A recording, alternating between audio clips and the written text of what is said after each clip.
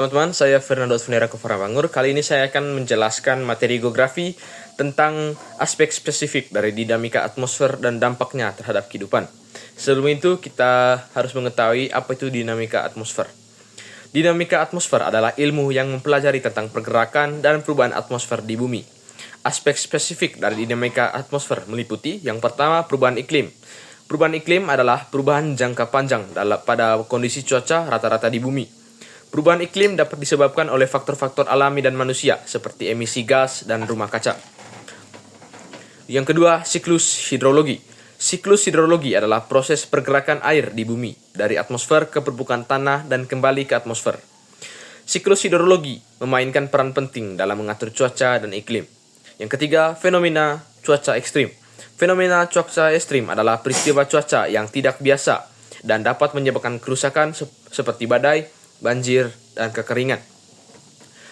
Bagaimana dampak terhadap kehidupannya? Dampak terhadap kehidupan, dinamika atmosfer memiliki dampak yang signifikan, termasuk yang pertama pada pertanian. Perubahan iklim dan cuaca ekstrim dapat mempengaruhi produksi pertanian, seperti kekeringan yang dapat menyebabkan gagal panen. Begitu juga jika hujan berterus-terus. 2. Kesehatan. Perubahan iklim dan cuaca ekstrim dapat mempengaruhi kesehatan manusia, seperti peningkatan kasus penyakit pernapasan akibat polusi udara dan kasus kekurangan air dan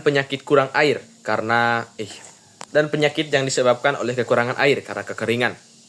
Yang ketiga, ekonomi. Perubahan iklim dan cuaca ekstrim dapat mempengaruhi ekonomi, seperti kerugian akibat banjir atau kekeringan. Contoh dampak spesifik. Yang pertama, perubahan iklim dan pertanian.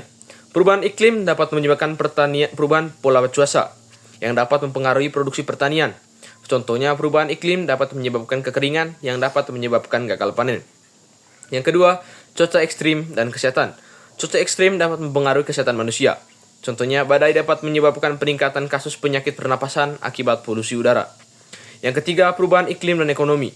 Perubahan iklim dapat mempengaruhi ekonomi. Contohnya, perubahan iklim dapat menyebabkan kekurangan akibat banjir atau kerugian yang dapat menyebabkan kerugian.